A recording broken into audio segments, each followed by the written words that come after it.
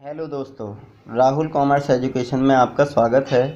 एक नई वीडियो के साथ, एक नए टॉपिक के साथ वीडियो की शुरुआत करते हैं। संगठन के प्रकार, टाइप्स ऑफ ऑर्गेनाइजेशन। संगठन मुख्य रूप से दो प्रकार का होता है। There are two types of organization which are under follows.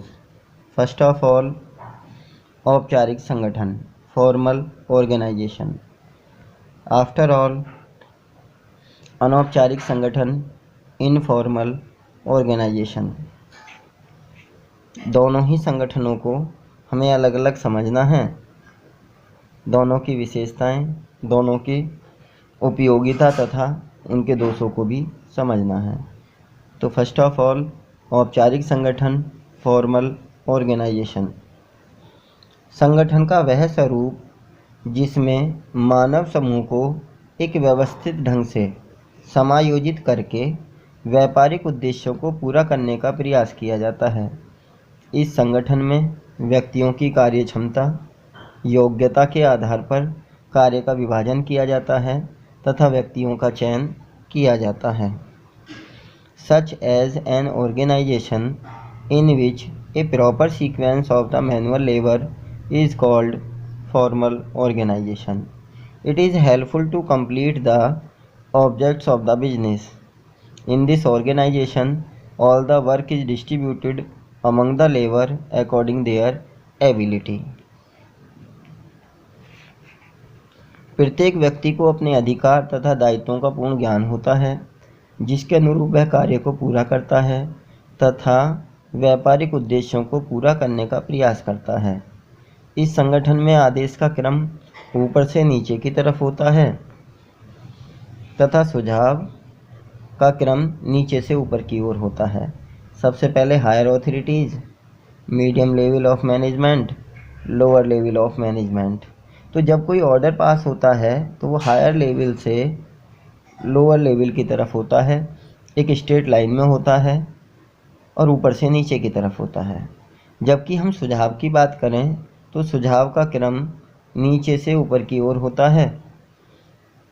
कोई भी समस्या है उसका समाधान भी समस्याओं को नीचे से लेकर ऊपर तक ले जाया जाता है और समस्या का समाधान किया जाता है। The group of manual labour know about the rights and duties. They are responsible for the work the way of order upward to downward, ऊपर से नीचे की ओर। इन ए लाइन, एक लाइन में, जैसा कि हम स्ट्रक्चर में समझ चुके हैं।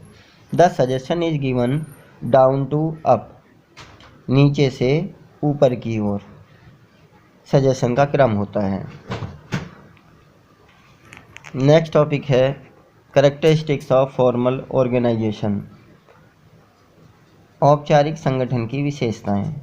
फर्स्ट ऑफ ऑल, व्यक्तियों का एक क्रमबद्ध समूह होना। It is the group of manual labour in proper sequence. औपचारिक संगठन में व्यक्तियों का एक समूह बनाया जाता है, उनको एक क्रम प्रदान किया जाता है, उनकी योग्यता एवं क्षमता के आधार पर कार्य का विभाजन किया जाता है तथा उनका चयन किया जाता है। तो औपचारिक संगठन एक क्रमबद्ध सामूहिक रूप है जो समूह में रहकर कार्य करते हैं। नेक्स्ट पॉइंट है अधिकारों तथा दायित्वों का पूर्ण ज्ञान होना। Rights and duties are given to the group. प्रत्येक कार्य के लिए अलग अलग व्यक्तियों के ग्रुप बनाए जाते हैं, उन्हें उनके अधिकार तथा दायित्वों का ज्ञान कराया जाता है, जिनके अनुरूप वे कार्य करते हैं और व्यापारिक उद्देश्यों को पूरा करने का प्रयास करते हैं। जैसा कि हम पहले डिस्कस कर चुके हैं, थर्ड पॉइंट हमारा उसी बात को इंडिकेट करता है, अधिकारों के अनुरूप कार्य करना, to do the work according their rights. जो अधिकार उन्हें प्रदान किए गए हैं हायर ऑथोरिटीज़ के द्वारा, उन्हीं के अनुरूप वे कार्य करते हैं। जैसे सुपरवाइज़र को अधिकार दिया जाता है मैनेजर के द्वारा कि वह कार्य का सुपरविज़न करे और वह कार्य का सुपरविज़न करता है। सेल्स मैनेजर को कार्य दिया जाता है कि वह सेल पर फोकस करे। परचेज मैनेजर है, उसका कार्य है परचेज करना। प्रोडक्शन मैनेजर है, उसका कार्य है माल का उत्पादन करना। तो जैसे जैसे जिसको कार्य दिए गए हैं वही अधिकार उनको प्रदान किए गए हैं और उन अधिकारों के अनुरूप ही रहकर वे कार्य करते हैं। एक परचेज मैनेजर सेल्स मैनेजर के कार्यों में इंटरफेयर नहीं करता, उसी प्रकार एक सेल्स मैनेजर परचेज मैनेजर के कार्यों में इंटरफेयर नहीं करता। सभी के अलग अलग रेस्पॉन्स हैं, सभी के अलग अलग कार्य हैं और उन्हीं के अनुरूप वो कार्य करते हैं। नेक्स्ट पॉइंट है कार्य के प्रति उत्तरदायी होना। To take response for the work. जो कार्य जिसको दिया गया है उसे पूरा करना, सही तरीके से पूरा करना उस समूह का उत्तरदायित्व है और वह उस कार्य के लिए पूर्ण रूप से उत्तरदायी होगा। नेक्स्ट पॉइंट है व्यक्तियों का एक नियोजित समूह। नियोजित समूह का मतलब है जो पहले से प्लान्ड है, पहले से एक योजना बनाई गई है, उस योजना के अनुरूप समूह का निर्माण किया गया है और उस समूह को उसी नियोजन के अनुरूप कार्य करना है जो हायर ऑथोरिटीज़ ने पहले से डिक्लेयर किए हुए हैं। आदेश का क्रम ऊपर से नीचे की ओर। जैसा कि हम पहले भी डिस्कस कर चुके हैं कि ऑर्डर एक सीक्वेंस में चलता है, एक लाइन के रूप में चलता है जो अपवर्ड टू डाउनवर्ड होती है, ऊपर से नीचे की तरफ होती है। एक उच्च अधिकारी द्वारा निम्न मध्यम अधिकारी को आदेश दिए जाते हैं, उन्हीं के अनुरूप मध्यम अधिकारी न्यूनतम अधिकारी को आदेश देता है और उसी के अनुरूप वह कार्य किया जाता है। नेक्स्ट पॉइंट है सुधारों का क्रम नीचे से ऊपर की ओर। यदि लोअर लेवल ऑफ मैनेजमेंट में कुछ समस्याएं उत्पन्न होती हैं, कार्य करने के ढंग में, कार्य करने की शैली, पद्धतियों में कोई परिवर्तन की मांग की जाती है, तो परिस्थितियों के अनुसार वह हायर ऑथोरिटीज़ के निर्देशों के अनुसार उनमें परिवर्तन किया जाता है।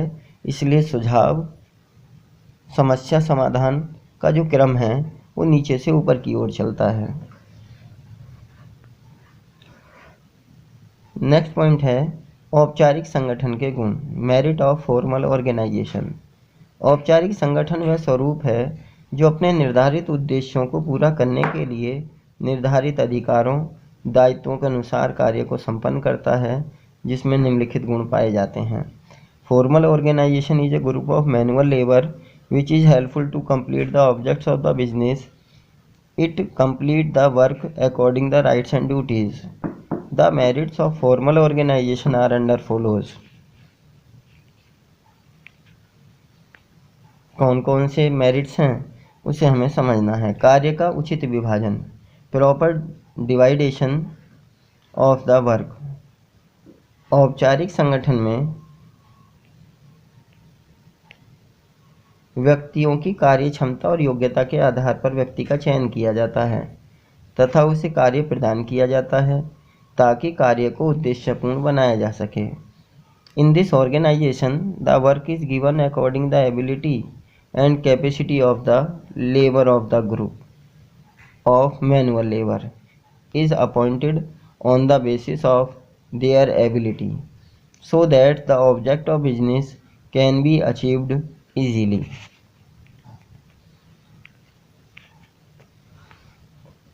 नेक्स्ट है कार्य के प्रति उत्तरदायी होना। Responsible for work. प्रत्येक कर्मचारी अपने द्वारा किए गए कार्य के प्रति पूर्ण उत्तरदायी होता है। पूरा दायित्व उस कर्मचारी का होता है जिसको जो कार्य दिया जाता है।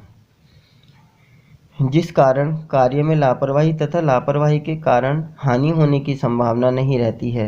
जब प्रत्येक व्यक्ति अपने कार्य के प्रति रेस्पॉन्सिबल होता है, पूर्ण उत्तरदायित्व उसका होता है, तो वह पूर्ण विवेक के साथ कार्य करता है जिसमें लापरवाही होने की संभावना नहीं होती, क्योंकि लापरवाही होने के कारण कोई भी दुर्घटना घटित हो सकती है, उत्पादन की गुणवत्ता में कमी आ सकती है, तो इस तरह की संभावनाएं समाप्त हो जाती हैं।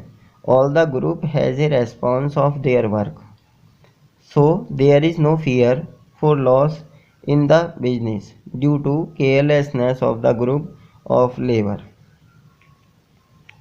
नेक्स्ट पॉइंट है संचार का नियोजित माध्यम, प्रॉपर मीडियम ऑफ कम्युनिकेशन। औपचारिक संगठन में सूचनाओं को प्रेषित करने का एक पूर्ण नियोजित माध्यम होता है, पहले से नियोजित होता है। उद्देश्य उच्च स्तरीय प्रबंध द्वारा प्रेषित किए जाते हैं, जिनके अनुरूप अन्य वर्ग कार्य करते हैं। जो आदेश का क्रम है वो उच्च स्तरीय प्रबंध से चलता है और उसी के निर्देशानुसार सभी वर्ग कार्य करते हैं, जबकि सुझाव नीचे से ऊपर की ओर प्रेषित किए जाते हैं। In this organization the order is given in a suitable straight line upward to downward, and suggestion is given downward to upward in a proper sequence. So there is no doubt about the information which is given the higher authorities. जब एक ही व्यक्ति आदेश देने वाला होता है, जब एक ही व्यक्ति से सूचनाएं प्राप्त होती हैं, तब समूह में कोई भी शंका उत्पन्न नहीं होती है और सभी उसी दिशा निर्देश के अनुसार कार्य करते हैं। On the other hand, demerits of formal organization. औपचारिक संगठन एक कुशल संगठन व्यवस्था का एक महत्वपूर्ण रूप है, जिसमें मानव शक्ति का अधिक से अधिक उपयोग करके उत्पादन क्षमता में वृद्धि की जाती है। किंतु इस संगठन में निम्नलिखित दोष पाए जाते हैं। Formal organization is helpful to complete the objects of the business with the help of a proper sequence of manual labor, but there are some demerits which are found in it are under follows. First of all, कार्य करने की स्वतंत्रता न होना, no free for doing the work।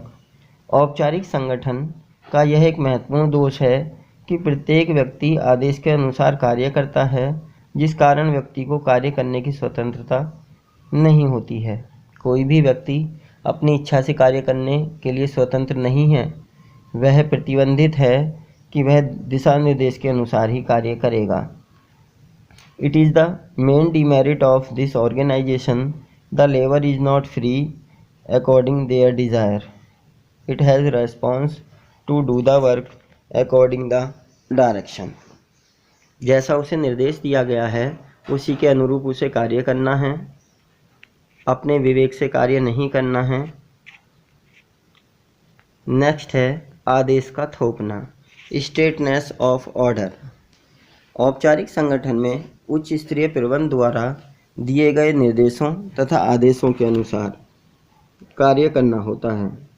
इस संगठन में आदेश इच्छा न होते हुए भी स्वीकार करना होता है। यदि किसी कर्मचारी की आदेश के अनुसार कार्य करने की इच्छा नहीं है, तब भी उसे वह कार्य करना पड़ेगा, और यह फिर ऐसा प्रतीत होता है कि आदेश एक बाउंडेड, एक प्रतिबंधित प्रक्रिया है जो थोपी गई है, जिसके अनुरूप बिना इच्छा होते हुए भी कार्य करना होता है।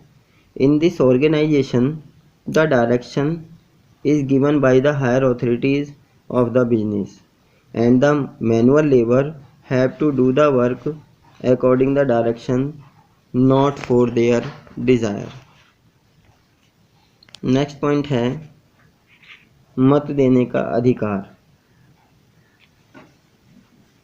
औपचारिक संगठन में कर्मचारी वर्ग को स्वयं को मत देने का अधिकार नहीं होता है। औपचारिक संगठन में कर्मचारी वर्ग को मत देने का अधिकार नहीं होता है। इसका कार्य केवल दिए गए निर्देशों तथा अधिकारों के अनुसार कार्य को पूरा करना होता है। इन दिस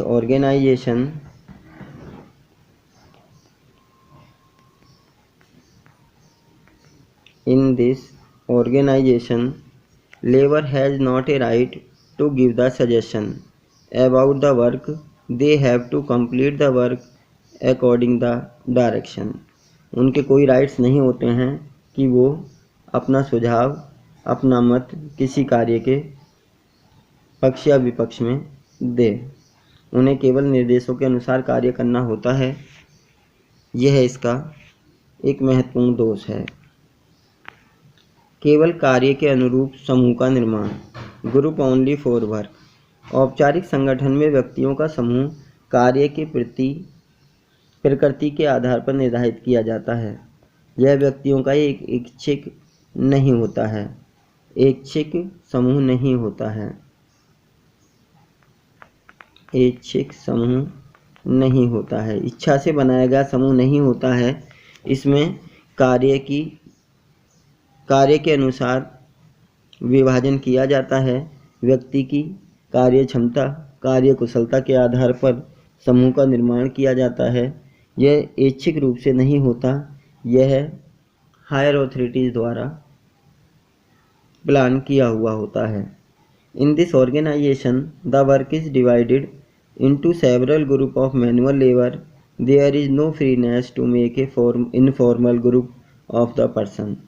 लोगों को अनौपचारिक समूह का निर्माण करने की, अनौपचारिक संगठन का निर्माण करने की फ्रीनेस नहीं होती है। तो दोस्तों, आज की वीडियो में इतना ही। नेक्स्ट वीडियो में हम इनफॉर्मल अनौपचारिक संगठन के बारे में पढ़ेंगे, उसकी विशेषताएं तथा उसके गुण दोष के बारे में पढ़ेंगे। तो दोस्तों, यदि आपको यह वीडियो अच्छी लगी हो तो ऐसी ही वीडियो आगे देखने के लिए चैनल को सब्सक्राइब करें, वीडियो को लाइक करें तथा अपने दोस्तों में ज़्यादा से ज़्यादा शेयर करें, ताकि वे भी ऐसी वीडियो को देखकर भविष्य में लाभ उठा सकें। धन्यवाद।